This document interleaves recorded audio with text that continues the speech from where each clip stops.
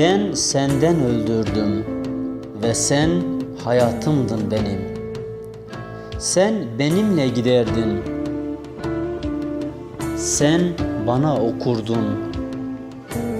Bulvarları amaçsızca arşınlarken sen benimle gelirdin. Sen bana okurdun. Sen kara ağaçlar arasından sevdalı serçeleri sabahın penceresine çağırırdın. Gecenin yeniden başladığı, sonlanmadığı zamanlarda sen kara ağaçlar arasından sevdalı serçeleri sabahın penceresine çağırırdın. Sokağımıza lambalarınla gelirdin sen. Lambalarınla gelirdin. Çocuklar gittiğinde, akasya salkımları uykuya daldığında ve ben aynalarla baş başa kaldığımda ışığınla gelirdin.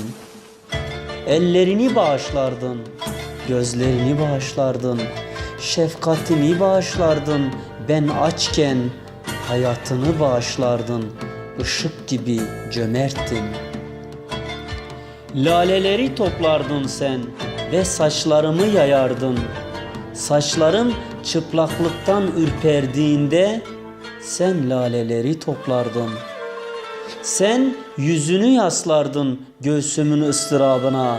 Ben söyleyecek başka söz bulamadığımda sen yüzünü yaslardın göğsümün ıstırabına ve dinlerdin inleyerek akan kanımı, gözyaşlarıyla can veren aşkımı sen dinlerdin ama görmezdin beni.